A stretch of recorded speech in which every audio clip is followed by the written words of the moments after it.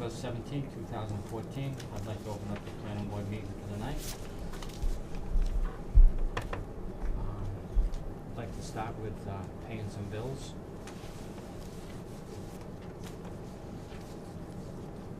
We have a bill for $62 to BT Printing Center. What I'll do is I'll go through the bills first and then we'll vote on them. We have part of a revolving account. It's for postage for $76.94, and VHB for $1,028.56. We have expenses and equipment. We have a conference the town is going to for $199. We have a Staples bill for $82.60, and part of that conference bill, second part of it is $280.24. What it is it's the annual Southern New England APA Conference. Planners from Massachusetts, Rhode Island, and Connecticut combined. And last year it was Worcester, this year it's Providence, next year Hartford. They go to different states. So it's at the end of October. So I'd like to have a motion for the Staples conference, BT Printing, and postage. So moved. Second. Second. All in favor? Aye.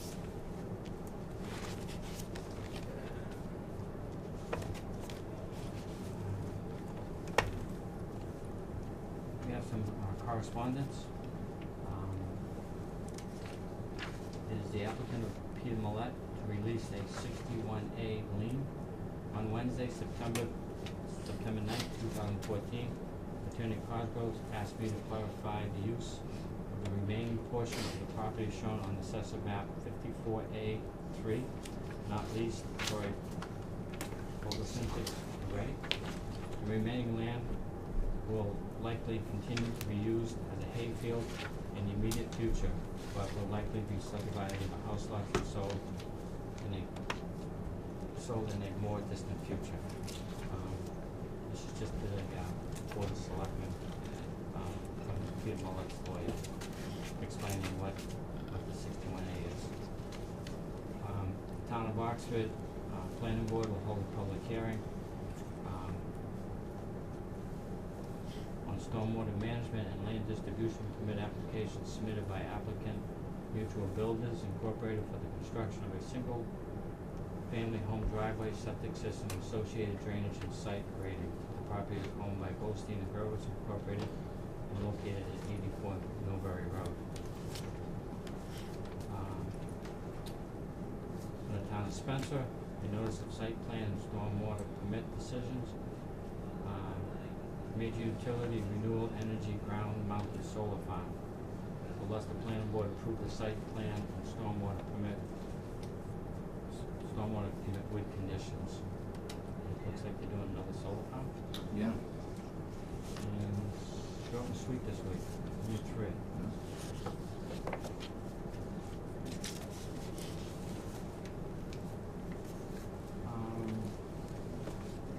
We do have a public hearing at 7:15. It's a little early. Would you like to go over some of the other items now? Sure. We can move forward on the 2 special permit extension requests. Okay. Both of them are reduced frontage, just looking for their extensions. The first one is from Jonathan Peretti, gentleman who bought the lot from somebody else 2 years ago and is about to start building. Has been done clearing and foundation, but still is looking for the extension just because he's about to start putting the house up. And the extension would be to October 11th, 2015, an annual extension. So this is for lot 13 at 64 Ramshorn Road? Yes, it was a reduced frontage. Fred Trifone had brought it in a few years ago, and then his client sold it to Mr. Peretti. He's asking for one more year extension? Yes, because he's pre-building permit. He's about to go for the building permit. Once they pull the building permit, they don't need the extension as they work on it. Do you have a motion to accept this extension for one more year? So moved. Second. All in favor? Aye. Aye. Thank you, Mr. Chairman. And we have a second one, also a reduced frontage. Pardon me. This is from Stacy Nardelli, who had some family property, and about 2 years ago, A&R'd it over on Harrington Road, and then got a special permit from the planning board for reduced frontage on one of the lots. And this is her second extension. She's looking for an annual extension to September 21st, 2015. She hasn't built on it yet. She's hoping in the next year or two to get going. So this is for lot 3 on Harrington Road, owned by Stacy Narrative. Do I have a motion to give them one more year extension? So moved. All in favor? Second. Aye. Aye. Thank you.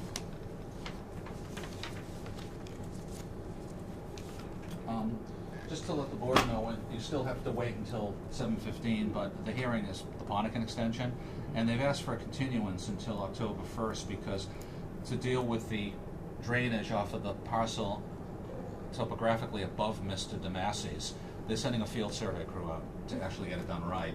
So I told Mr. DeMassey, and I told him it wouldn't be on tonight other than a vote to extend, and he said no problem, and he won't be here this evening either. You must be thrilled. Yeah, but we're really looking October 1st if Burton Engineering gets their field crew out this week to get a final solution on erosion sedimentation, and you can hopefully make a decision that night.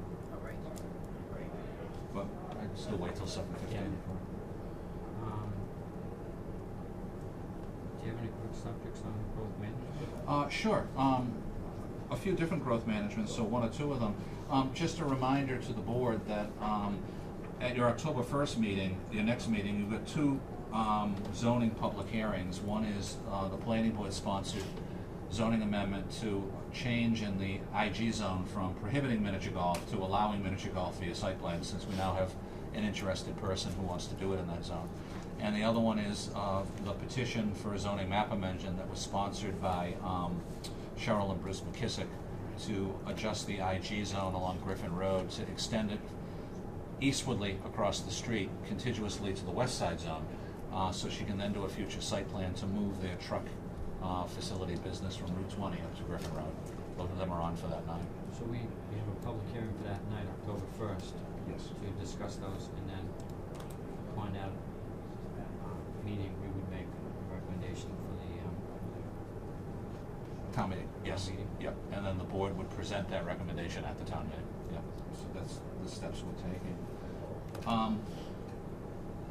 Housing Authority project, not the site-specific elderly one, but the planning process that we're working with our consultant, Bill Scanlon. We've talked in the past that we're heading for a meeting with John LaFleche. We had our working meeting that we talked about before, but now John has scheduled Bill Scanlon and myself to attend on Tuesday, the 23rd, the building subcommittee meeting of his board. And we'll present a topo plan just to look at topography and request that night if they would support and green light the planning board applying for the grant that would do engineering analysis for that site that they own and see whether it's suitable for development and whether or not it makes sense for a small portion of it maybe to be considered by the Housing Authority after talking with BayPath. So that all looks good and that's scheduled for that night. We'll go, Bill and I will go, and then we can report back at your next meeting on October 1st. 7:15.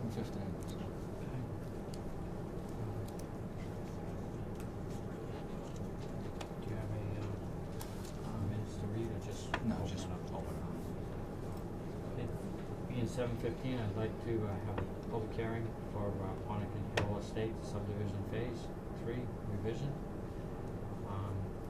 Do you have any comments, Alan, tonight? Just to repeat, Mr. Chairman, for the record, what I mentioned earlier, now that we're on the item, Burton Engineering, to properly resolve the erosion problem that Mr. DeMassey has brought to the board's attention as part of your Phase 3 review of that revision up at Ponican, is sending a field survey crew out to analyze it and get it right. So he requested a continuance to October 1st, and prior to then, they'll submit their proposed erosion sedimentation design plan to the board, and Graves Engineering can review it for October 1st and have a recommendation for that night. And hopefully you'll be able to make a decision that evening. We're all set on the rest of the items from Phase 3 that you've reviewed a couple of times, from the sidewalk relocation, the road reconstruction redesign, the stormwater management and erosion for the road itself. I also spoke with Jerry Foskett at your request and brought him into the loop and went over everything, and he agreed that the blockage at the bottom. That he said, while he could obviously clear it out, he appreciated that Burton Engineering said they'll do it because they created the blockage. And he'll just check it out to make sure it satisfies him when the time comes. Do you have a motion to, seeing there's nobody here at the moment, for this, do I have a motion to continue the public hearing for Ponican Hill Estate to October 1st? So moved. Second. All in favor? Aye. Thank you, Mr. Chairman. Just to keep the main item tonight with Eric on the 7:25, just in case anybody, so we did invite the EDC. I know at least one member said he planned on coming. Could we do other items until Sure. 7:25? Yep. Thank you. I did have another growth management item. I just thought, and Jean, you can either give the details or correct me. You and I were talking the other day, and you had a very good progress in a meeting with your board and the consultant Chip on moving forward toward the RFP. Maybe we could just brief the board on that for a few minutes. Yes, Chip attended, and also Attorney Kathleen O'Donnell attended. And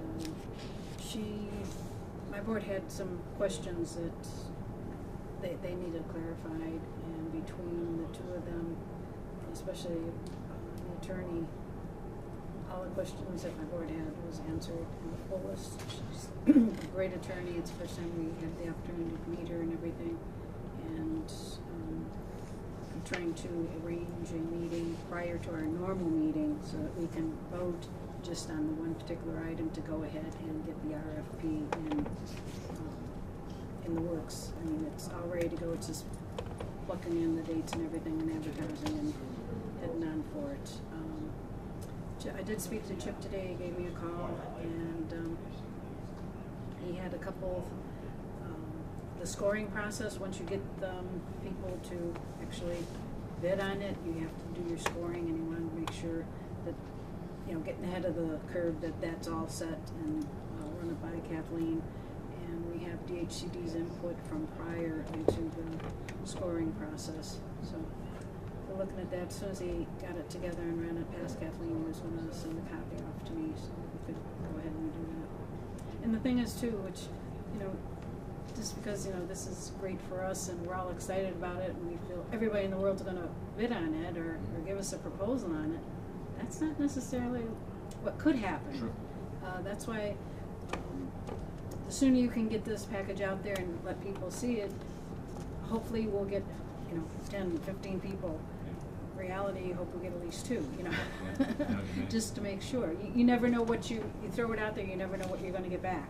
So I think going along, the quicker we can get it out there, it's just all set up. We just have to make sure that the dates all correspond and get it.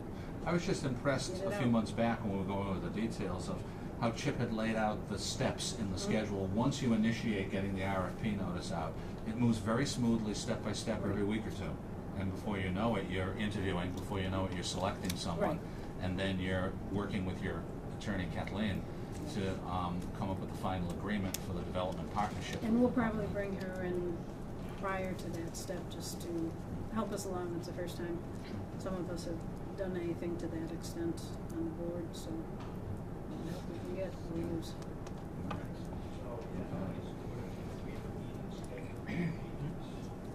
Could either do goals and objectives or some of my list items before 7:25?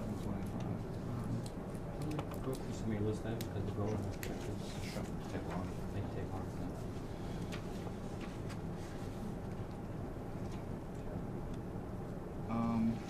Just a positive update on a few items, and I'll give a handout to go along with 1 or 2 of them.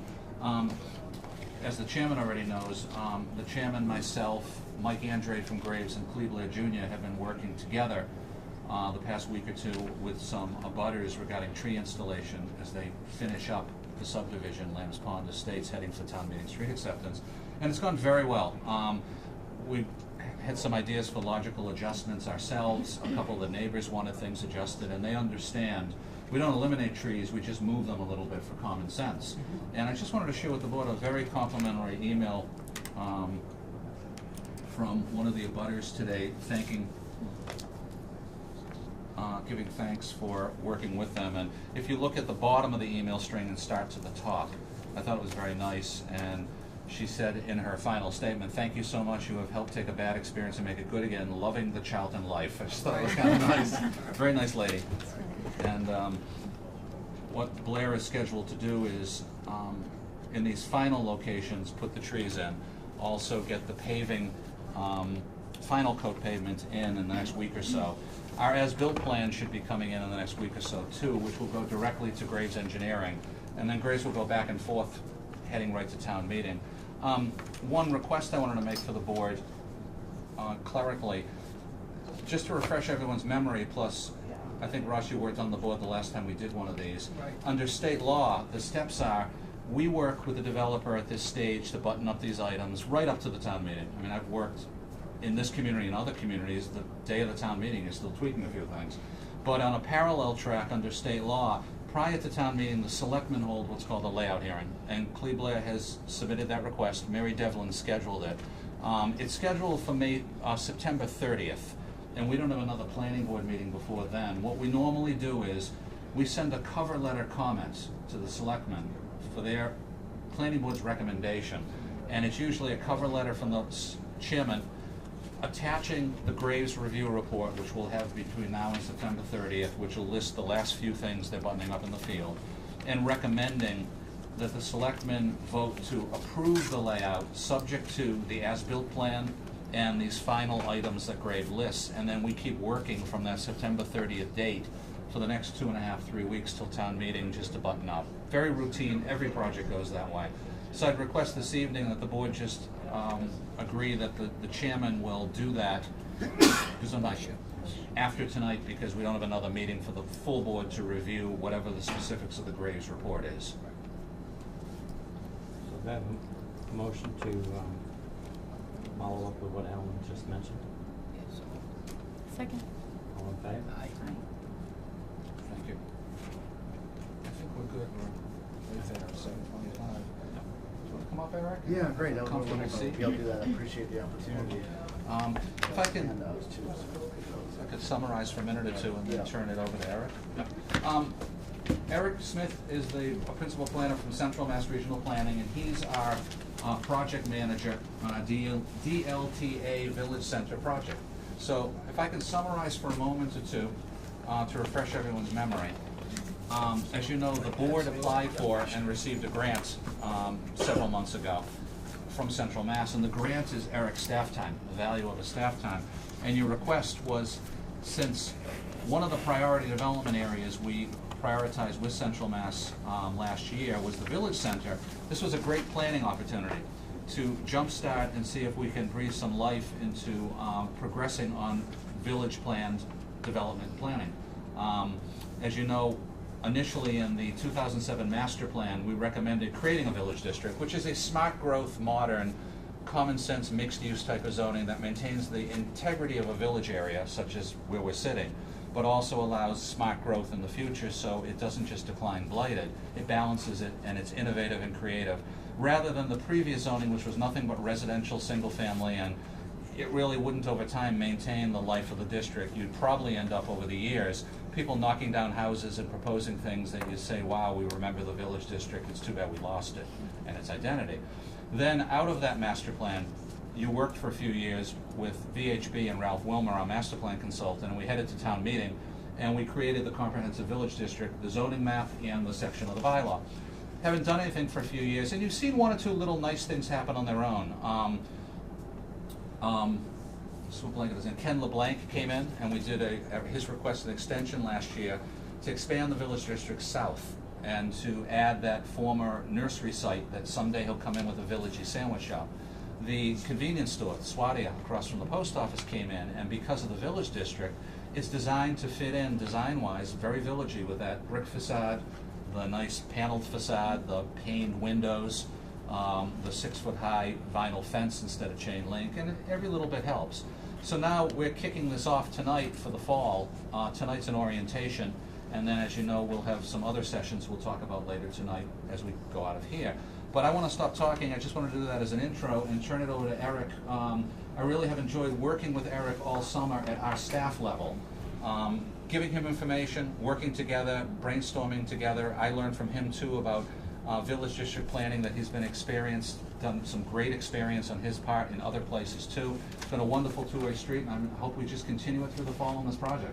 All right, thanks, Alan. Thanks for having me. I appreciate you taking the time to put me on the agenda tonight. And obviously, just kind of saying low tech here with a kind of a little paper handout. And then the next meeting we'll do the public workshop. We'll be able to do this. Drew.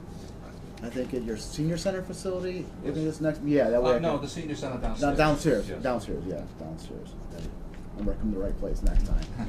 So, if you kind of just turn to the sheet here, I'll just kind of, maybe we can introduce each other formally tonight. Again, Alan Eric Smith with the Central Mass Regional Planning Commission, and Skip me, I'm ready. yeah, I'm Peter Sarkis, Land Board.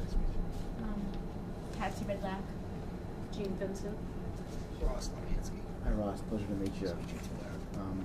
So under the introduction sheet, I've actually been working in the planning field for a number of years, although only about 5.5 months or so with Central Mass, although it seems like it's only been a couple weeks. Time flies when you're having fun.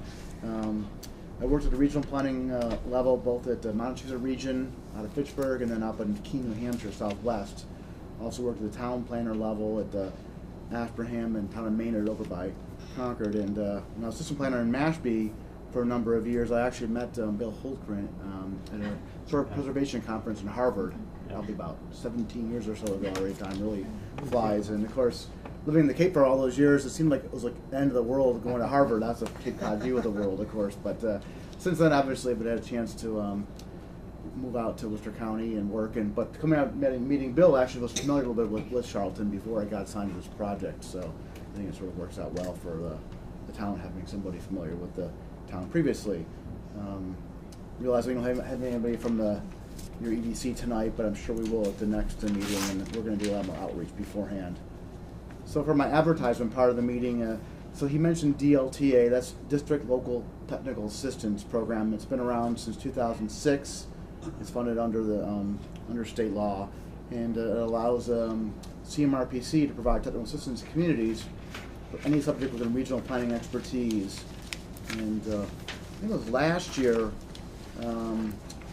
CMRPC developed a part development area or PDA assistance program, and a little high level of what a PDA is. It's part development area designated within a partisan plan. So we've done actually a total of 4 at the Central Mass Regional Planning Commission over the last 4 years or so.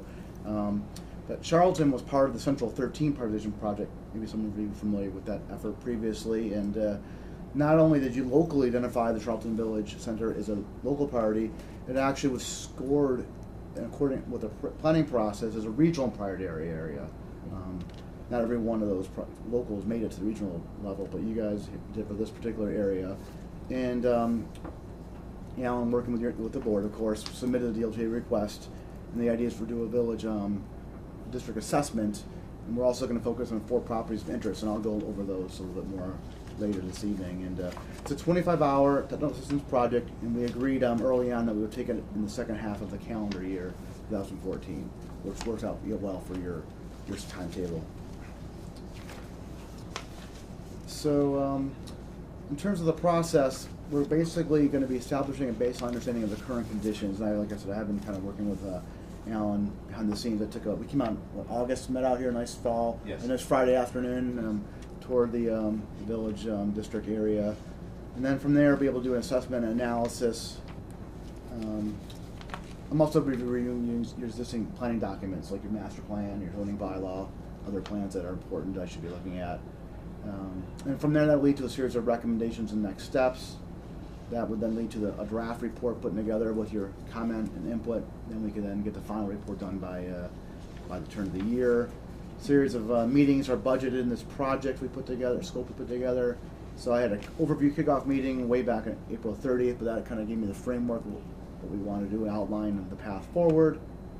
Having the public kickoff meeting with the planning board tonight, and then we're going to do a larger public workshop meeting, a larger meeting. We're actually going to put a flyer together, send it out to the village district property owners, advertise it around the town newspaper, just to get it maybe on the cable system, your website. That way you hope we'll get a larger attendance. We did something similar in Northbridge recently, and I was nervous when the clock was ticking 7. We only had a couple people in the room, but next thing you know, they kind of flooded in. We had about 20 people or so. So hopefully we can get at least a similar turnout for that October 15th evening. And then the December date, we'd come back in, or I would come back to you guys and give the findings and draft report, and that's tentatively scheduled for December 10th, realizing we'll firm that up and maybe have a backup date given weather conditions. It could be hopefully not turning, but I know how it was last year. Leave this in the middle as we talk. Oh yeah, that's great. So yeah, so the next map, actually, you got the introduction to the project location right there.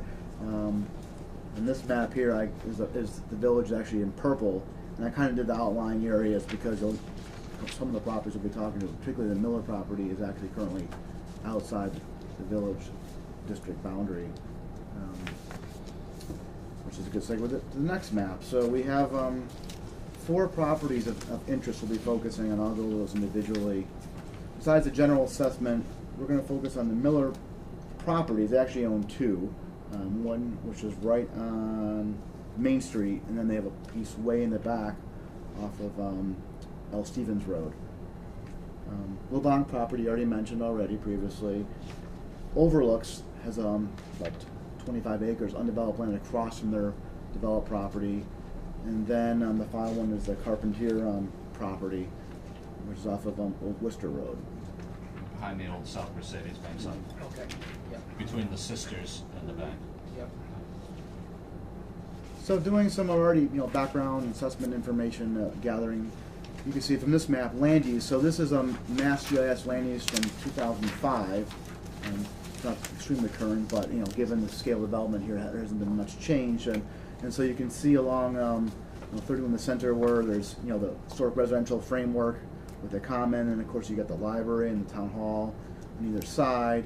You get the kind of the little commercial core where 31 meets, and then Main Street continues to the north, which becomes actually North Main Street. Yep.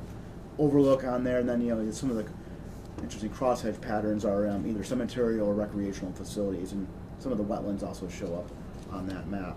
I'm actually going to do like a larger version of this for the October 15th meeting, so I'll include this one in the project, but then one that kind of, because a lot of the Miller property isn't captured in this, or the Overlook property isn't captured in this map. Can I just Yeah, insist on one this is quick meant to thing? be, of course, Just one quick interactive thing. too. As you know, when you set the work tasks and the goals for this, you wanted to outreach to 4 private properties that are significant, that aren't developed yet. And what I've done on a parallel track at your request is I've met with the owners of all 4 of them, and they're all very enthusiastic to participate and hopefully attend on October 15th. George Seneth from the Overlook is very excited, and I'll wait to tell you later in this agenda item what we spoke about. But just to summarize, George Seneth, I've talked with Ken LeBlanc, Diane Dombrowski, and last Friday I had the pleasure of meeting with the Miller family. The 2 sisters, Pat and her sister, happened to be coming up to Massachusetts when I called them last week. So they came through town on Friday, and I met with them, and their brother John came down from Vermont. And they're very interested in being part of it, learning from it, and seeing what works for their property too. And it looks like John will be able to come down from Vermont and join us on October 15th, which I thought was very nice of him to take the time and the effort. And I just wanted to just summarize those 4 pieces as we head to those maps. So, not specifically order, but they got ordered this way. The Miller properties are first. So there's actually 2 parcels. The one on Main Street is about 3 acres, and it's 35D 2.1, and then they have a larger piece behind that, which actually has frontage on L. Stevens Road, and actually Route 20 has a 74-acre piece, and most of that property is owned agricultural, so it's outside the village district, but because the Millers had the contiguous parcels, we thought it'd be interesting to study that at this time. What I'll be doing for the next meeting, a larger meeting, is actually preparing a second map that goes with each property maps, the constraints map. Like for example, there's a stream that comes down in this area here. Actually, I can mention it in this map here, so I'm not oriented a little bit here. So Overlook. Okay, yeah, the stream right here. It's right here. So because of that stream, you could do it, but you have to do a whole wetland, crossing and a bridge, all that. You know how it is working subdivision roads, of course, to get to their back lot. So one thought is to maybe try to have access off L. Stevens. The property that's over by Route 20 on commercial business. There's some wetland issues back there. I think there's just topography issues back there. So I don't think, in terms of trying to focus for this project, we wouldn't be focusing on the access to Route 20 piece, but we would be looking at kind of this area More here. southerly areas. Here. And you can look at some potential options for some, for that need. Old Stephen Road goes right through it, so you got road frontage on each side. Yeah. So it's great that we'll have John Miller come to that meeting. This piece I think I find very fascinating. Number 2, the overlook property, known as 34B-1, about 25, almost 26 acres across from their main complex, of course, here in Charlton, which I know has gone through that expansion phase in the past 10 years.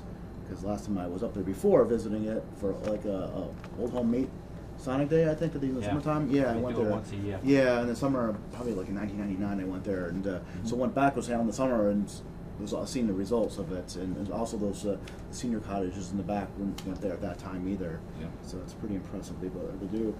Across the street, though, in the village district, they have 26 acres, and you can see this is kind of a cross, or a transparent pattern here. So you can see, even from looking at this map too, they have like an open field that was in existence in the past. Maybe it was some sort of farmed land. I don't know the history of the town, but that's kind of sitting out there to perhaps be used because there's a little bit of a stream system in there. There'll probably have to be some kind of crossing into that. Have a seat. If I could interrupt Oh, yeah, for 1 yeah. minute.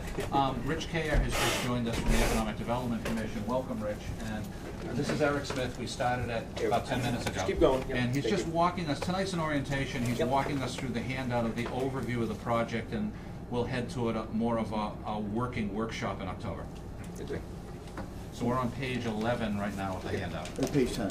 Oh, sorry. It's okay. I flipped ahead. to I know, page yeah, 11. yeah. Because overlook, I just wanted to say, St. Joseph's Church, which is outside the zone, you had some contacts with some representative. One gentleman we've talked a few times about, off and on in the past, St. Joe's has looked into looking at their own property. They were very interested in, at one point, looking at solar a little bit. But obviously, one idea of the project is anybody who's outside of the current boundaries, or if their property straddles and is a little in the village district, a little not, we would outreach to them too. So St. Joe's was one that I pointed out as an institution that's just outside the village district, making them aware of the workshop and the boundaries and seeing if it interests them or not. Given that they have so much land besides just the church building itself, possibly a village district rezoning might give them more options over time for the rest of that property. Yeah, and some of that buildable area kind of associated with this overlook property kind of abuts and goes right into this part of the St. Joseph's property.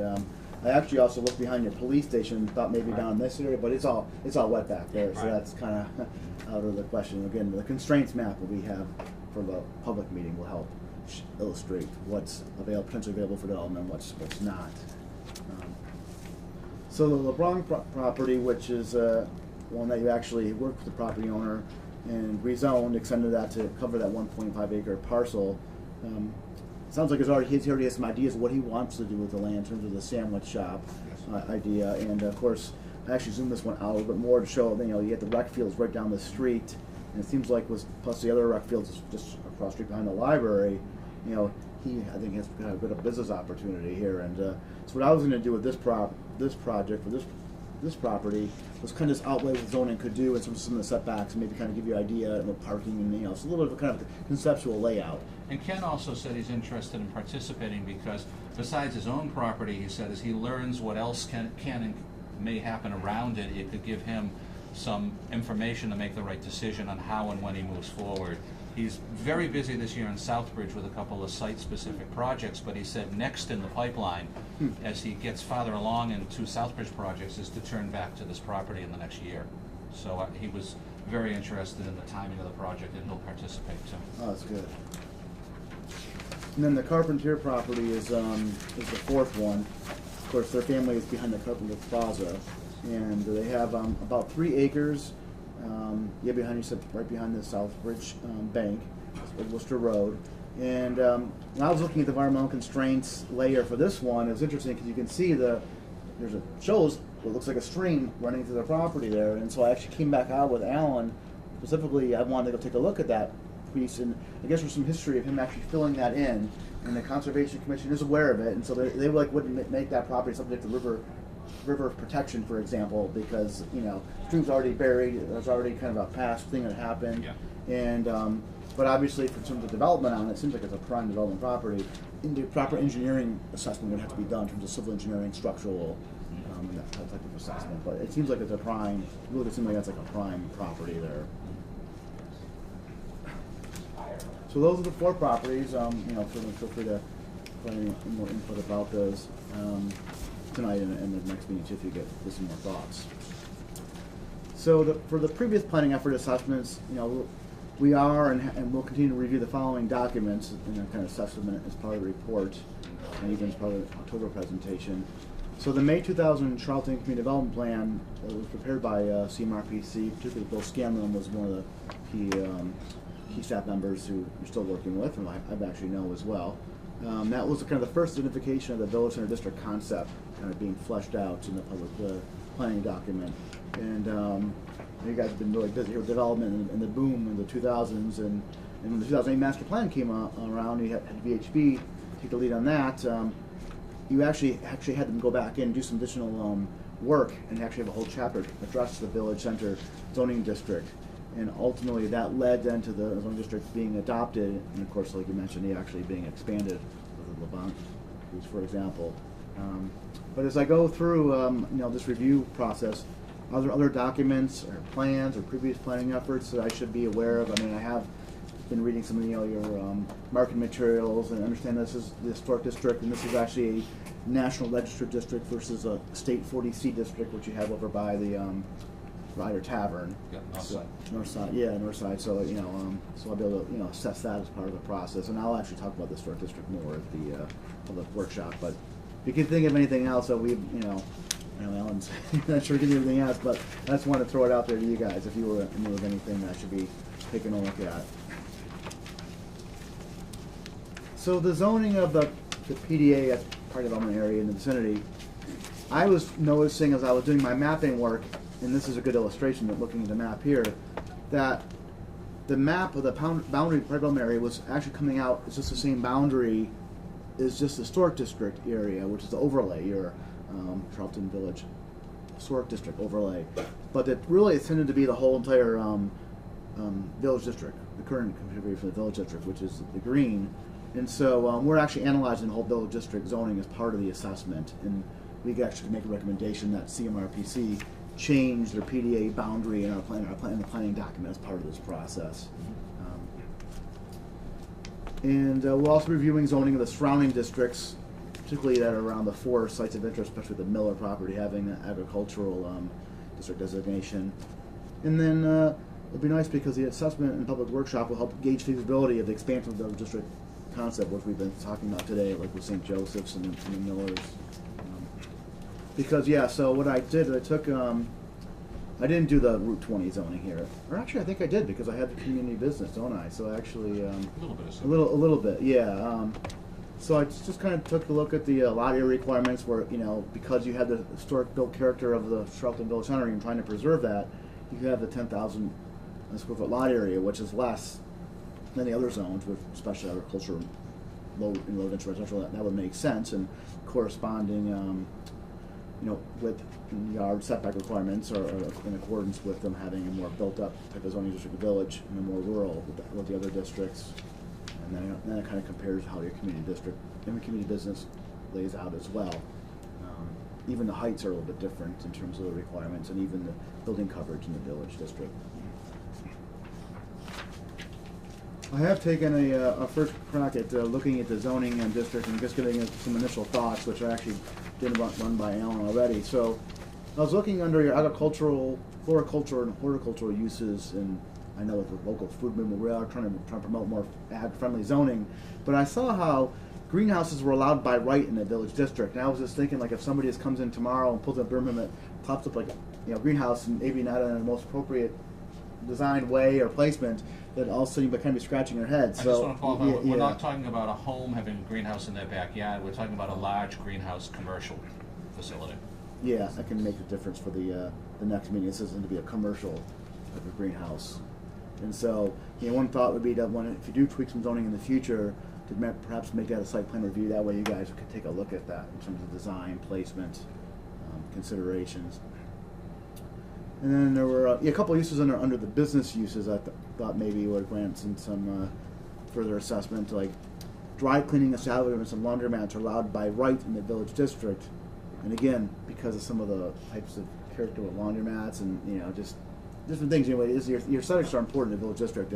Not to outlaw them, but even not even a second hurdle, special permit, but at least perhaps starting that site plan review approval. Again, you guys have the opportunity to kind of look at design, placement, layout, parking, those type of considerations. And then I noticed how auction galleries are not allowed in the village district currently, and certainly you don't want probably extremely large auction gallery, but one thing I've been hearing is that you want to perhaps try to consider to make Village Center a destination. So if you did allow auction galleries by special permit, they could be tastefully done and scaled appropriately. And it kind of relates to art galleries and venues like your relatively new Charleston Arts and Activity Center, which I heard is doing pretty well, as that's kind of part of your destination, making the destination. And ironically, that's kind of a good segue to talk about wayfaring. I actually got a little something from the web late today to help explain wayfaring. Is that kind of a new term to a lot of people? So apparently the term wayfaring was introduced in the 16th century. Its definition is traveling or journey by road. And you probably know, of course, Kevin Lynch, influential urban planner urban from designer. Urban designer from the 60s. He actually coined the term wayfinding in one of his influential books called Image of the City.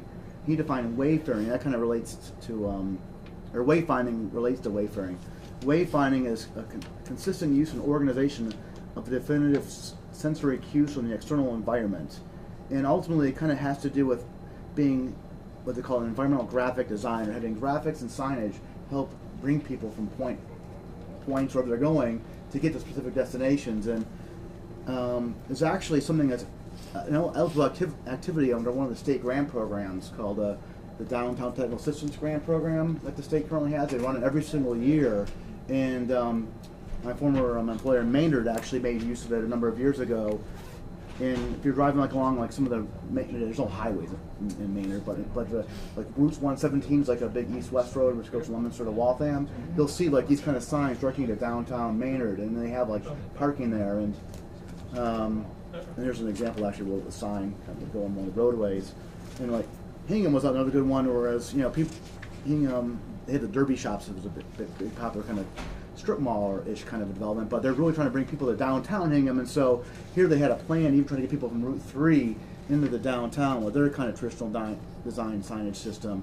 And I was telling Alan how, even though I've been to Charlotte a number of times in the past, they come to the village center, from Route 20, there's no direct signage, so sometimes I have to kind of remember which way I'm going to go, and I got my Maps app or GPS to get me here, but you can maybe envision some kind of sign.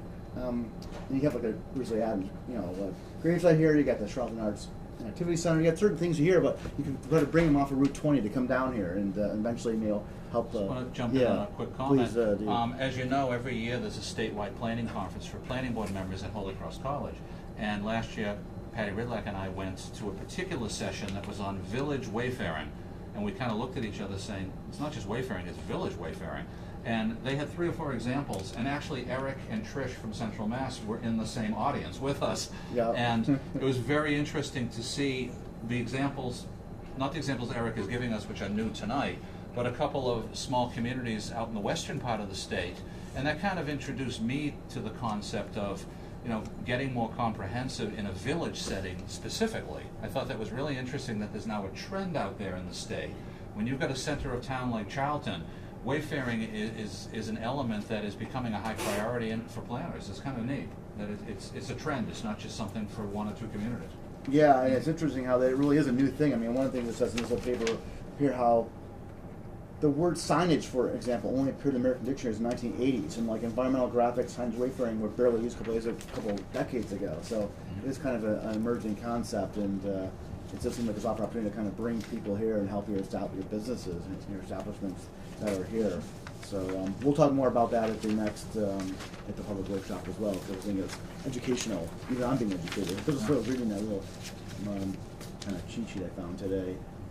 So next steps, yeah, we'll have the October 15th workshop. We'll have the public input in the PDA system planning process. Based on all the feedback that we get, we'll be able to complete our assessment report, and I'll come back in December to the board. Now I welcome input for thanks for joining us. Any input that I can take back with me tonight. I wanted to throw just two little quick things out there also. Again, of the 4 large properties, a couple of the properties are only partly in. As you know, the overlook on the west is not in, while in the east it is. So one thing George was very interested in is participating to see if a boundary expansion coming out of the study might expand more into the overlook for them to do more villagey development over time. That would be good for the community, good for them. And also the Millers, a little piece of their property is already in it, but they were very intrigued with looking into the idea through this of whether it's feasible for them to expand more. Secondly, I did 2 little outreaches so far and got reaction on the second one. The first, Drew and another gentleman had me come on a show on cable, and I brought the aerial and got that out there to start some public information outreach. But then at the last department head meeting, I mentioned that this was the planning board's main comprehensive planning project this fall. And afterwards, Robin Craver, the town administrator, said that regarding the arts and cultural building down Fort Dresser Hill, that even though things are being used the way they are right now, looking for options for the future, whether it's doing exactly what they do right now, which is adding something, she thought the selectmen might be interested in also in the future rezoning, extending the zone, because they're outside of the district right now, to include that building. Yeah. So that we don't have to do an analysis like the 4 private undeveloped pieces, but I think we should add that to the mix and mention it with everything as we move forward. And if that's included in the final version, it could be bundled, if they want to move forward and do that, with any other one big comprehensive zoning boundary expansion article at some point encompassing any of these pieces. You would do them comprehensively, you wouldn't do them bit by bit, and because it would be justified, Gesundheit, that it came out of a comprehensive plan like this. Yeah, and I also wanted to mention that at the public workshop, I'll give a couple of examples of like some kind of smaller scale mixed use rural development village setting. A couple up in Rutland that I actually was familiar with before this project that actually left after meeting with you one day. I went up and got some photos of those so that I can share them from the project. One is relatively new, I think in like the past 10 years, the other one's a bit older, but they have a village bylaw provision in place so that allows them to do that. And the next one may not be so apropos to this project, but again, it is kind of a rural environment in town of Berlin. They have what's called a River Bridge mixed-use development. It's kind of slowly taken off, but that's partly because of the economy. But they actually just got a permitted hotel part of that piece. But there is some mixed-use component to that, and I'll share that information with you guys next time. If I think of any other mixed-use rural ones, Sure. I'll bring those to the attention too. For Mashpee? I see Mashpee. Yeah, I was. My brother lives down there. That town is developed beautifully. You were involved with a lot of that? I mean, yeah, I can't take all the credit, of course, I but yeah, I mean, because Mashpee Commons, I remember studying that in planning school, and I Yeah. got a chance to work there, of course, because, and so I did see some of their expansions over time there, and they have like more plans for land that's still not built. But yeah, there's a project across the street from Mashpee Commons. Some people think it's part of Mashpee Commons, where Roach Brothers is at. Right. That's South Mashpee Village or South Cape Village, but I was involved with the permitting of that project from start to finish. Yeah. And there's a few other condo projects that come through. You know how it is. Sometimes the economy changes and new owners, and so yeah, they kind of have to modify their plans. But yeah, it was a great experience for me to learn a lot of the mass laws working there too, the 40B and special permits under 40A. I'm curious, relative to village district, ideal village districts, let's say in this general area, Central Mass, maybe even head more toward Boston. Any particular towns you could cite as you think, really, the top level, real models that we could aspire to? I'll have to give it a little more thought. I mean, I think Rutland is because they had some zoning in place and they have a couple, examples. When I was working in Ashburnham, I looked at one of their projects. I think it's kind of a model development. They actually it's kind of on a hill, but they have like a little marketplace there, and there's a bank, and then they have condos, and you can't. It's kind of tasteful. And the other one's got a gas station out front, so kind of. I think if you remove the gas station, it kind of fits a little bit better. I know in terms of some of the towns, I'll have to give it a little more thought. You know, I don't want to say one, but if I know, yeah. In Western Mass, a lot of pretty towns like us, like little towns that all of a sudden it seems like they have so many more little stores and little delis, and because I'm in the school districts out there all the I time. can pull from my file from when you and I went to the conference what specific examples those were. They were very impressive. I mean, Shelburne Falls was one that comes kind of tastefully Shelburne down. Falls, I okay. think of Was that one in the panel, do you think? I can't remember. But there were, I think it might have been they actually. presented like three I of think them. Shelburne Falls was. Northampton is Yeah, absolutely, you know, I mean, I Yeah. know that's really a destination place, but still that's That a is- lot like Charlton, like That that's is a neat not. town, yeah. Yeah, just- you know, I'm trying to think of scale. Like Northampton and Amherst, a little too higher scale density wise. You know, I'm trying to fly like a Rutland or something. But Shelburne Falls is pretty small scale when you get out of that area. That area is a little bigger.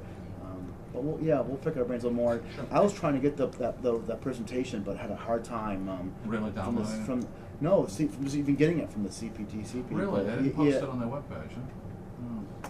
Well, we can always contact, we can always contact, through Larry Adams, who was part of the organizing group, whoever ran that particular panel and ask for an electronic file. Yeah.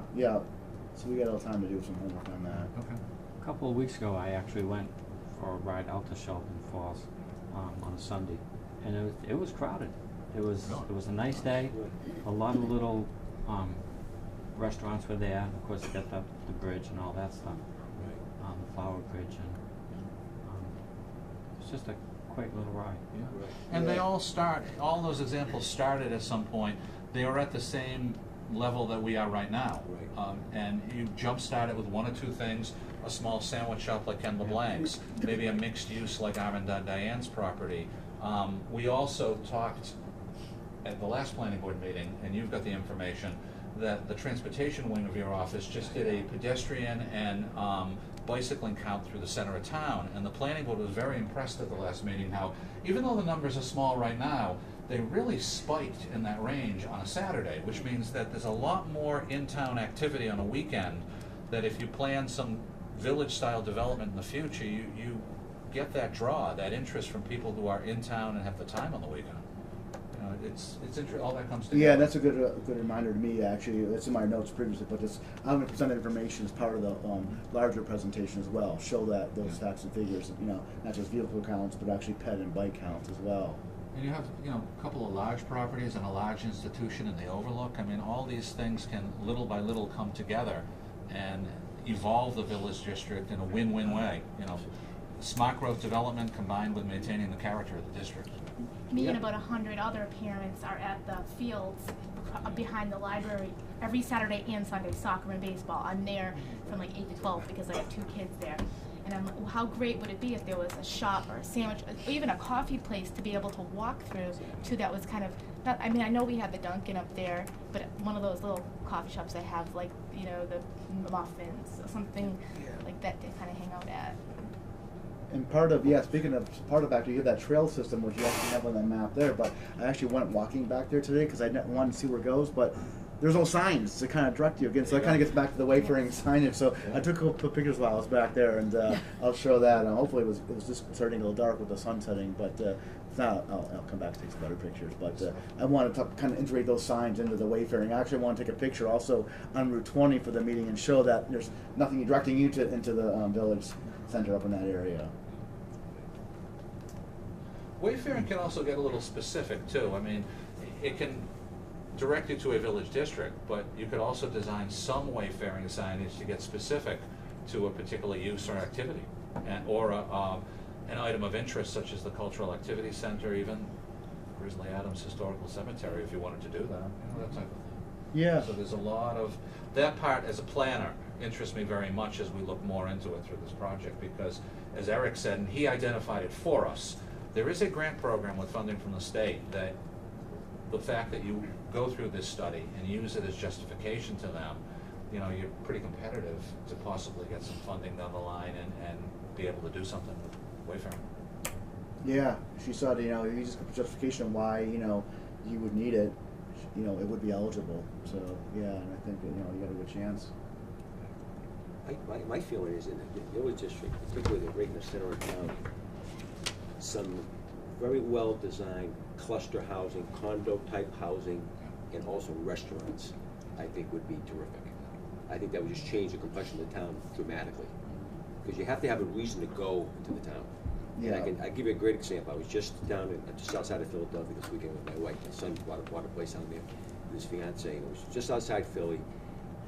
And it was certainly a very condensed, much different than Charlton. It was so large geographically, very condensed town. But it was the coolest thing. It was amazing. These homes, just a mix of duplexes and beautiful single-family homes. Many of them built 1900 range, redone and so forth. And it was, where he lived was probably 2/10 of a mile to the town. And we spent the weekend, it seemed like, just walking back and forth to that town.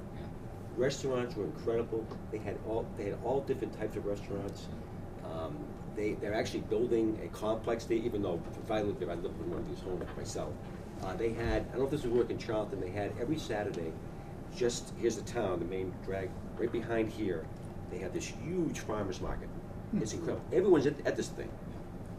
The local farmers are there. They had people, there was a booth there selling seafood, you know, clams and little necks and so forth. The baker was there, a couple of people playing the guitar. It's an event. Everyone just goes there, they pick up things for the day or for the week, and for the week. The church was right there. Literally, we were just back and forth all weekend. And look how you describe incredible. Walkability of all that. It's not Incredible. getting in your car and having to go anywhere. And in a village center, for whatever tone or level you set, walkability's available. It's a built-in resource. Right. Yeah. And you know, we have some great components already. We have Masonic Home. I mean, how many people are at Masonic Home? That's big. The town hall's been redone very, very well. The library, the field. I spent 15 years on the field. I coached 4 kids. Okay, last one's in college now.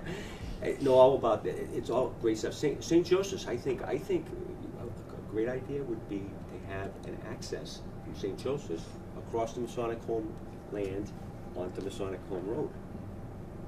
Okay, that would be a great idea. People from Masonic Home could go to church. People that want to go to St. Joseph's from the town can, and vice versa. Right? There's a lot of. Yeah. So I think St. Great Joseph's would ideas. probably be very receptive to get to your point earlier, Alan, about rezoning. I think that would be something Father Bobby certainly should be talking about.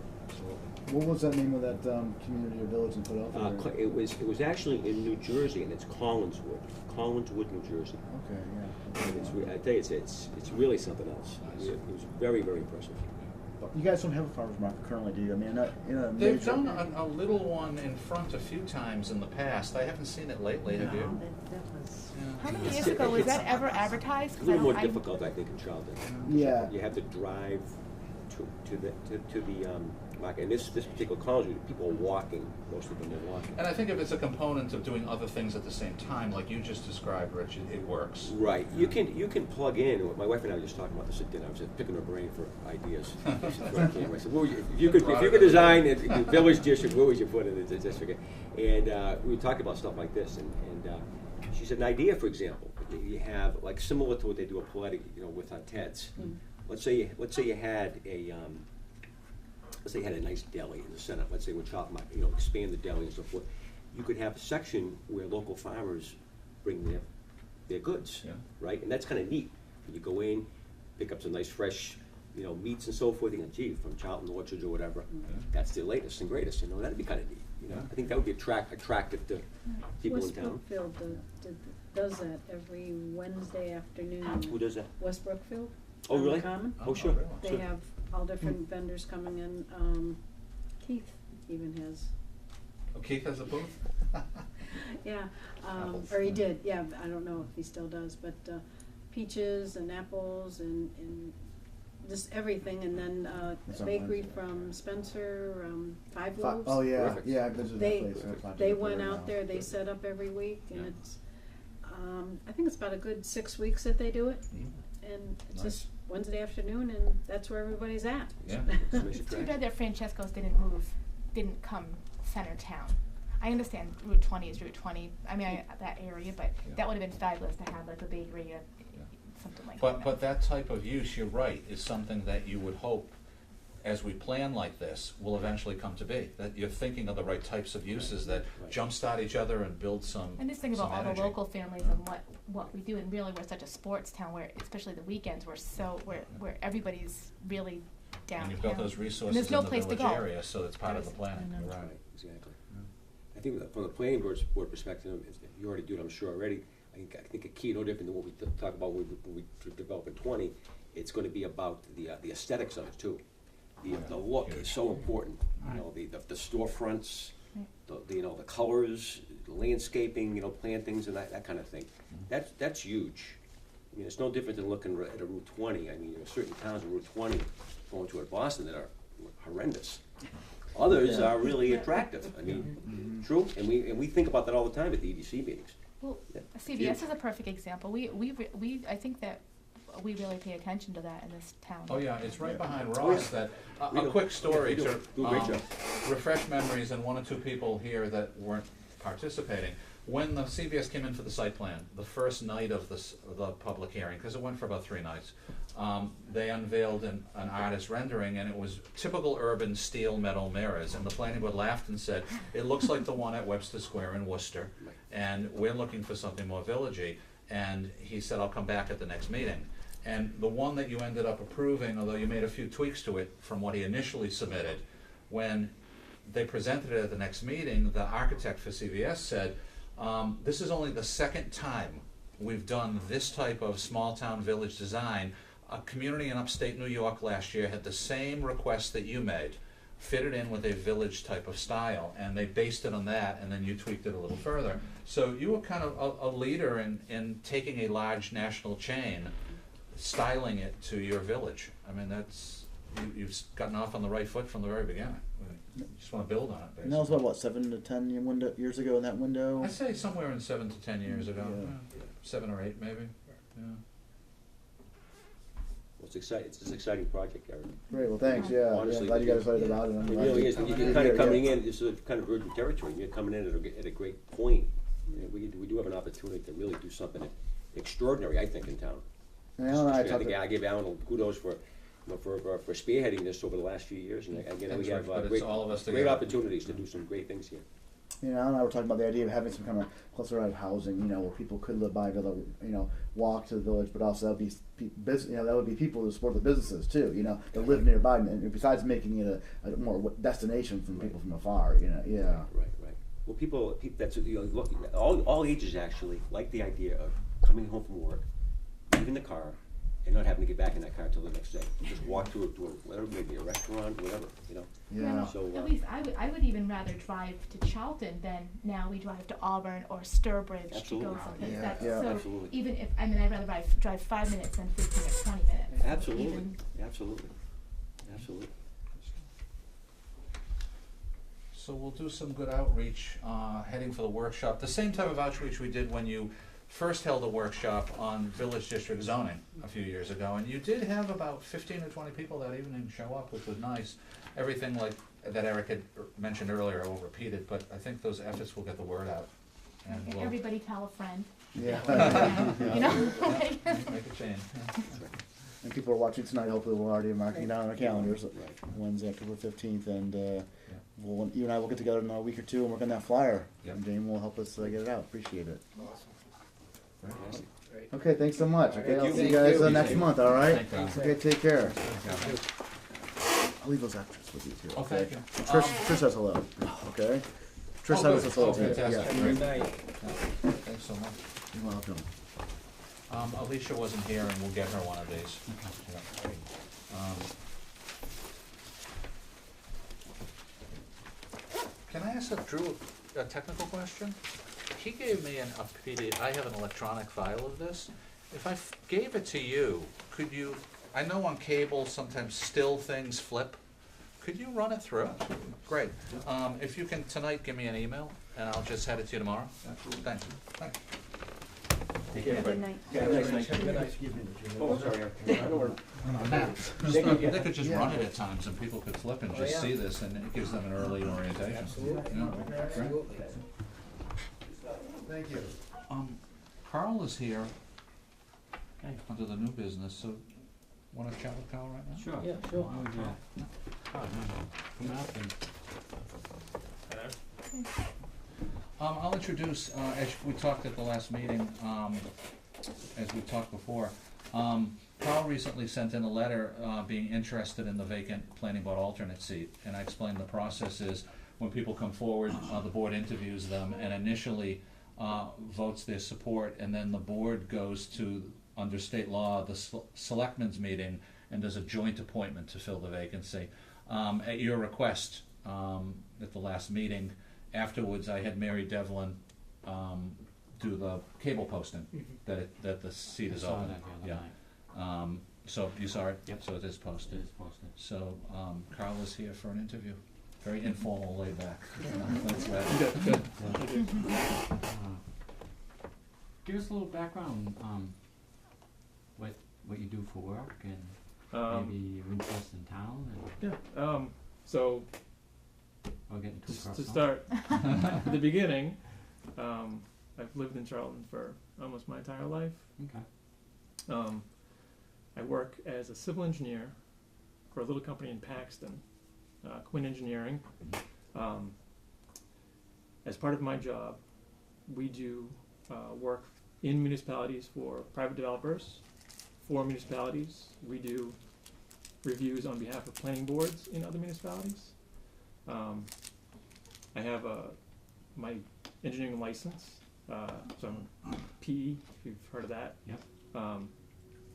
So, as part of that work, like I said, we do reviews for planning boards, mostly in the towns of Leicester and Rutland. I do a lot of work there, specifically for those planning boards. So I have a pretty good idea of what the planning board does, Yep. the goings-on, stuff like that. And so Alan mentioned there was a vacancy, so I submitted a letter to let you know I was interested, and I got some time on my hands, so figured I'd volunteer. We do meet on Wednesday nights. You know, this year was a little awkward because we had some people that, usually for the summer months, we don't meet as often, but we try to accommodate some of the people in the community Yep. and have some special meetings to accommodate them, but, you know, would Wednesday nights fit in with Yeah. your schedules? I mean, So, like I said, I have obligations for work. Yep. On occasions I have to go to meetings, but there's people in my company that can sort of fill in for my work roles if something comes up here. If there's a conflict, I'll let you know as soon as I Okay. know about it. But other than that, I think Wednesday nights are free and clear. be nice to have the alternate seat filled, 'cause, you know, some nights we do run short on Yep.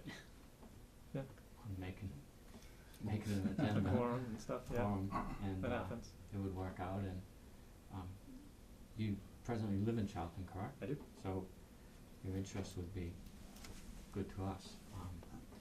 Ross or Jean, any questions or? Yeah? I don't. No, I don't have any questions. I think it would just be a benefit to the board, because your experience with what you do for work day in and day out, it's anything but a help. You know, Maybe a fresh set of eyes on something. Yeah, never hurts, especially being an engineer, Yeah. you know? even just being an alternate, his Oh, yeah, his input yeah, would be, absolutely, very beneficial. yeah. And it's always great with turnover and stuff to have somebody who's experienced and you know, you develop kind of a bond when you're with a group of people and Yeah. kind of get the. I also wanna just throw out proactively and positively that I don't see a conflict in that. I'm very familiar with your company, and they don't do work in Charlotte. We don't do a lot of work in Charlotte. And if, on the rare occasion they did, obviously, we all have times that board members just recuse themselves, but I've been here for 14 years, and I don't think Quinn's ever come in once, literally. I mean, because I'm not sure, yeah. engineering companies often focus in the community they're in and the communities right around it. Yep. And since they're over in Paxton, Yep. they just Couple don't come towns this away. way. Yep. Yeah. Right. But do you know other obviously you know other engineering companies and people, Oh, yeah. that's not really a conflict, right? Just 'cause you. It's Oh, no. not a family member, but, Yeah. No, yeah. but no. Yeah. Yeah. Yeah. No, I don't think there's any conflicts of interest with No, there's nothing. respect to work or financial relationships, excuse me, or anything like that. Sounds good.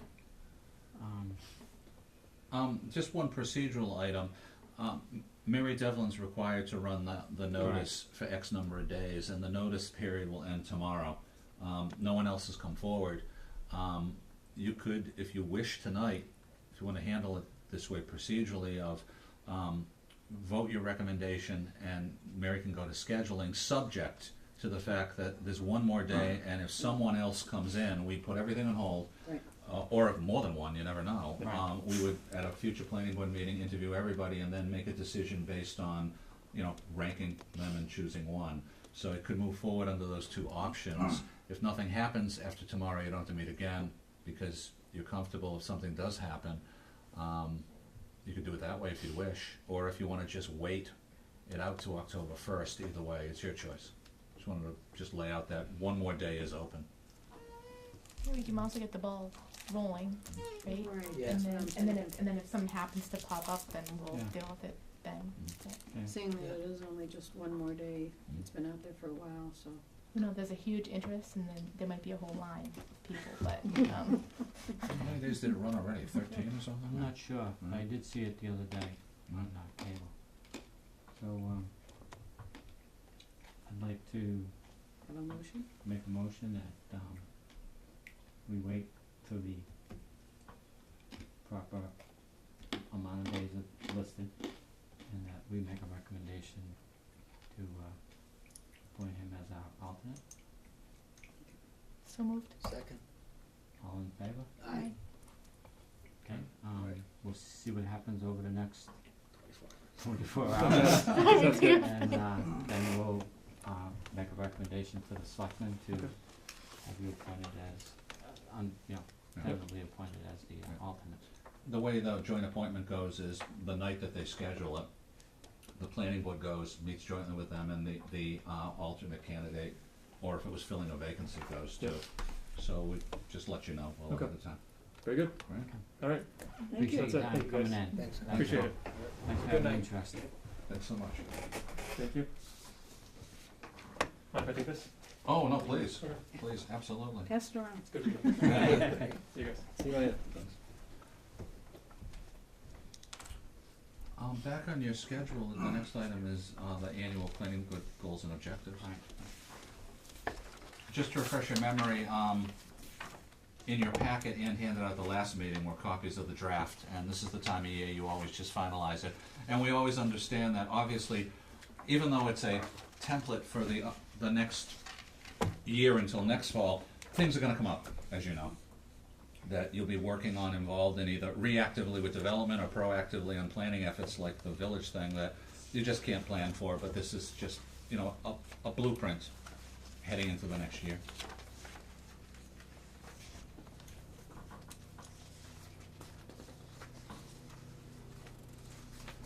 I have a question on number 4, letter E, the revision to allow one principal structure per residential lot. What is that Good question. aiming at? And you can decide whether you wanna leave these things on or not. Yeah. What happens is, that's been on for a few years now, and a previous planning board member, who isn't on the board anymore, Yeah. he brought it up saying that, he wasn't comfortable with something Charlton has had since 1987 when you adopted your first zoning. You allow a second principal structure, a second smaller house. Gotcha. I was the Nantucket Regional Director, and Nantucket did it, I remember, because the island wanted to make sure they could do enough housing stock. It's not common, it's kind of rare, but Charlton had done it from day one. I personally have never seen any negative impacts or concerns, but this one person, I respect everyone's point of view, whether Yeah. I agree or not, Right. didn't like it and insisted for the past several years, we always have this on it as a goal. The rest of the board members really didn't want to change it and felt it works good, but we respected that request and kept it on. It's up to you if you want to keep it on or just drop it. It's something that has been there, again, from one member's request, and he is no longer on this board for quite a while. What would the process be to have that happen? So, It would be a zoning revision, because there is a section of the zoning bylaw, a sentence or two, that says you can have more than one structure. So I think it came out of, because Charlton was the second to last town in Massachusetts to ever get zoning. By 1987, you had a lot of large pieces of land where families had put 2 or 3 houses up and never split the lots separate. Yeah. And that's why it evolved into your first 1987 zoning bylaw, and Nantucket was the same way. Give me a scenario that it would happen right now. So I have a lot, I have a house on it, Yeah. and I want to build my kid a lot next to me. I've been I here mean, for, another house okay, next to I've me. been here for 14 years, and I can count 5 or 6 times, it didn't have to come to you, that people came in and said, I'll make up a number, I've got 10 acres, granted I could split it into 2 lots, but my family is close, and we're all gonna just keep it, and so I wanna build the house for my daughter and keep it on the same parcel. Now, Jim Cosgrove Town Council ruled years ago, rightly so, each house still has to have the same amount of frontage and area as if they were 2 separate lots, but it's a form of ownership, so to speak. It comes out of old family holdings, and that's why an old Nantucket community, an old Charlton community that came late to zoning evolved that way.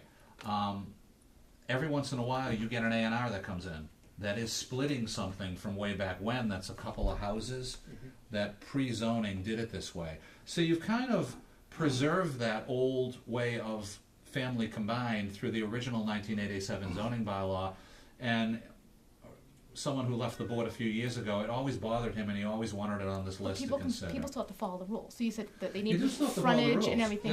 Yeah. So Yeah. I don't. You could take it off. But the question is, if you have that on there and, you know, the parent should decease, does the person have a right now to rent it out as rental property? Yes, they would, because it meets zoning in terms of, if you do look at it, you still have enough frontage for each of the 2 houses, you Yeah. still have enough square footage for each of the 2 separate, but it's all in one lot of ownership. Yeah, so they could just rent it if they want to. If they go to sell it, and that's why occasionally an A&R comes in, if the family decides to sell one of them, someone's deceased or they move on, the banks insist on the split. Banks don't like this in terms of remortgaging or financing a new purchase. And that's why over time a lot of them get split and they disappear. But families seem to like to hold, in certain circumstances, like to hold them that way. And a small handful of communities, including Charlton, have preserved that in their zoning bylaw for that option for people. You could leave it on, you could take it off, it's whatever you want to do. Did we have one of those like 2 months ago on Harrington Road? A split. Yes. Yes, Okay. you're right. The parent had been Yeah. deceased, Right, and the right, son right. who was handling the estate for the family Yep. said, it's time to split and Correct. sell one or both of these. Yeah, you're right, on Yeah. Harrington. Yeah, I knew it sounded familiar. Mm. I don't see any benefit to it being on, because if they still have to meet zoning, they need to Yeah. cut it out. Why would we want to restrict somebody for no reason? You know, Yeah. if somebody has their heart set on building 5 houses for their 5 kids on all their lots because they want them all to live close to them and let them do it, why would we You can take want it to off. change that? Sure. No So we're problem. gonna keep it on there? I would say Yeah. take it off. I don't think. Mhm. You can always put it on in the future if circumstances for the community Yeah, change, see but an for issue now. arise, I Do you guess. think that is something that we should keep on? Yeah, it's one of those things. Not really. We can always add it back, I guess, Yeah. if we see if something comes in and it's an issue. But the caveat about it is, you still have to meet zoning for both houses. Yeah, and Jim Cosgrove, Town Council, put that in writing years ago, which Yeah. works to everyone's benefit. Right. And as soon as a bank gets involved, it has to be Yes. See the split. end of that. Right. Even in Worcester, when I was the planning coordinator in the 90s for the city, surprisingly, you don't realize how back in the day, a lot of the 3-deckers were built on one parcel and someone owned all 3 or 4 of them. And A&Rs would come in the 1990s, splitting out 3-deckers as these things changed. This is kind of a more common little circumstance popping up here and there than you realize. Pre-zoning in Worcester, you had 3-deckers on one parcel combined. It would be like a family? Yes, or an entrepreneur would build it and rent it out, Oh, okay. all of them, and he'd be kind of like a commercial landlord in the late 19th century. And now, whoever owns them now or putting them up for sale, the bank says, we're not gonna flip the financing until you break these up.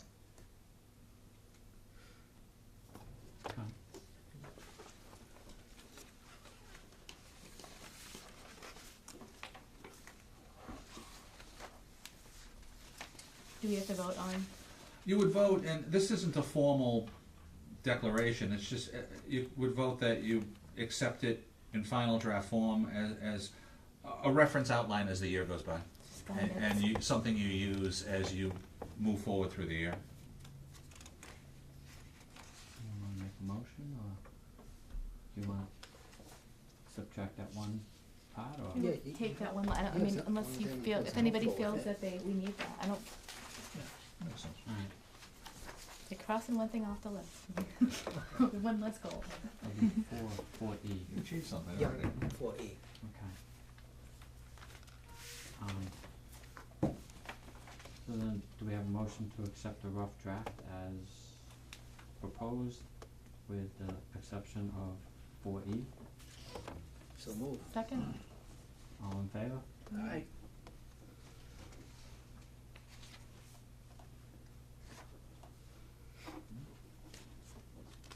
Thank you. Come back to my items. A few more.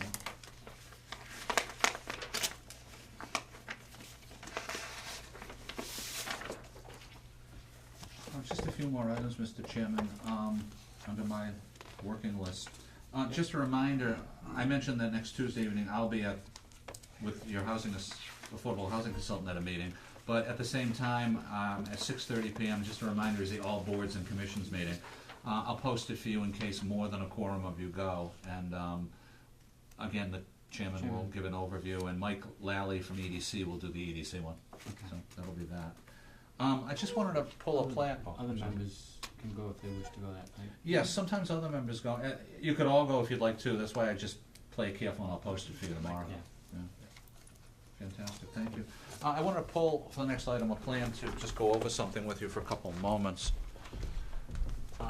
In follow-up to your approval of the revision request for Nexamp, Nexamp, we've got 4 different solar companies, Yeah. up on Carbonet Hill Road. They did follow through and submit, and Mike Andrade reviewed it, and I have a recommendation for you this evening on, if you could just flip to the second page. You did not approve one item and wanted to redesign to avoid them adding more panels that get closer to the Gobies back line. So what they've done is, the panels in red were the ones that went too close, and they've now removed them. And they shifted them over to this side. Everything in the cloud here is the addition, moving those into this clouded area. So Mike Andrade reviewed it civil engineering wise, and I've got a recommendation from Mike recommending approval of it, subject to just a couple of footnote references. You can bear with me, I've got a handout for you. Excuse me, just gonna flip right here. Here we go.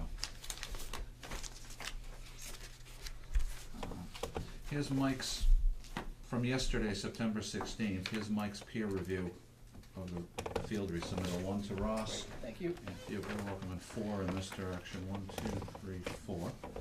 And what Mike's essentially saying through comments 1, 2, and 3, everything's okay. And then on the second page, comments 4 and 5, some small footnote information, which should just be added to a final version officially for us, the building commissioner, town clerk, copies of the record. So what I told Mike Scott, the engineer, is I'd recommend tonight as the field adjustment that you requested out of the revision, that we vote to, the planning board votes to approve it, subject to the peer review recommendation from Graves, that we get 4 fresh copies for the town, adding the footnote information from items 4 and 5. All right. So where the red panels are on that side, Yes. that was where they were gonna expand. Yeah, they were gonna move it to within about 50 to 60 feet of their back line. Now it's pulled back where it should be, about 120 feet away. And the panels that they wanted to tweak in there, back here where there's nobody living and no bothersome, in this clouded area, the squiggle area, I should say, is where they flipped them over to. And Mike said it all works from an engineering point of view, no So problem. by some miracle, it was possible, because I thought we heard that it wasn't possible, that's me, that's excellent. Wonders will happen. Make it work. Yep. That's all there is to it. So we should vote on accepting the new layout of the, Yes, as the adjustment required by your revised decision from the last hearing, yes. Because you required this out of the hearing. Yeah. This is a field adjustment from that. So do I have a motion to accept the field adjustment for the last public hearing in regards to, the solar panels being used as temporarily drawn on, that stamp plan? So moved. Second. And also accepting the Graves report, with the provisions of 4 and 5. We'll make that around the same thing. Same thing, Yeah. one. All in favor, oh, is that? Yeah, all Aye. in favor? Aye. Aye. Aye. Am I supposed to put it again on that? Thank you.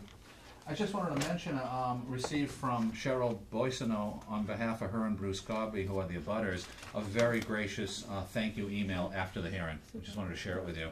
And she really appreciated everything, and I responded to her that this had come in, and I'll just confirm to her in another email that you finalized it. And I just wanted to pass her appreciation on to the board. Very happy for them, I kind of, you know. Dolly be out there with her tape measure and making sure. You don't realize how close they are to their backyard till you drive by and see the cut Right. line. Correct, yeah. You see it cut, like, yeah. It's close, yeah. I actually drove by it again today to get a view from what I saw 2 weeks ago. And yesterday, because of the extensive amount of landscaping, you required in your original decision last year a pre-construction meeting just on the landscaping alone. And Mike Andrade had that meeting yesterday, and we'll probably get his report for your next meeting to kick it off the right way, which is good. It gives a engineering inspection focus before they even start putting it in, just to walk it and measure it and double check it all. This whole thing was just the perfect kind of setup. Everybody is kind of satisfied. No one really had to give in that much, you know, everybody kind of compromised and. Are they gonna try and get the landscaping done before winter season? Yeah, they really are, which is nice because, as you remember at the last hearing session, they said they've got about a 4-month period to put things in. So if they didn't parallel that and include it, a lot of developers start their landscaping after everything else is done. Yeah. It's too late. They'll give you a bond for the winter, which you can't legally deny. You've got to let them, and you have a winter period with no landscaping, and some hard feelings from abutters that they're up and operating with no landscaping. So they know that they want to avoid that. And so I'm glad they're starting right off the bat with Graves Engineering and landscaping at the start of the project. Perfect. Well, if you think about it, once you get it graded and you start putting the fencing up and the arborvitae's and all that stuff in, Mhm. start the seeding process for erosion control, Yeah. then it's just a matter of putting the panels where they're supposed to be. Correct. Yeah. Yep. You know, most guys landscape last, but in this case here, landscape first and, It's Yeah. a good thing. Or at least on a parallel track, keep Yeah. it rolling together. yeah. Yeah, Yeah. absolutely. Yeah. One thing they talked about yesterday is, what's the watering strategy, because, you know, you gotta have so much of it. And I think they're coming up with a system between Mike Scott and Mike Andrade, engineer to engineer, of a game plan. So you're not putting it in and you're risking, you know, a lot of stress and die-off of these things. Right. You're gonna have some of that anyway in replacement in the spring, but how much can you minimize it, you know? Yeah. Yeah, sounds good. Just a few other items, Mr. Chairman. I had a phone call, I returned the message, didn't get a response, and also got an email from someone, 2 different people, concerned about whether or not there's a commercial solar project coming in on Harrington Road. Both people live down there, and I just honestly informed them in both responses that I hadn't heard a thing. But just to let you know that there is some talk apparently of whether or not a commercial solar facility is gonna be designed for property on Harrington Road, and, you know, Can't picture much space out there. yeah, I'm not sure it might be a rumor, it might be something that can be worked out, and they just haven't approached us yet, but usually at the very beginning, when they're looking at a site, the commercial solar company contacts me, Right. even just to let us know we're looking at something, but maybe there's one of them that hasn't done it. You never know. The 2 projects that we do expect in the near future are on the northern side of town, nowhere near there, so Right. beats me what's going on. We'll see what happens, just in case you hear anything, 'cause these Yeah. people do, so. Right. I No, I haven't heard anything either. I went through most of my items, actually, I'm just double checking as we went over things. Do we have, new planning board business at all, or? No, those were my items. Minutes, I think you had minutes. No, we don't have. And then we do have We got an the executive session this executive evening. Yeah.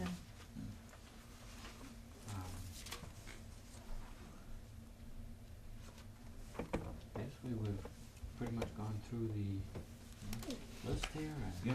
we will go into executive session. We'll do an executive session tonight, so.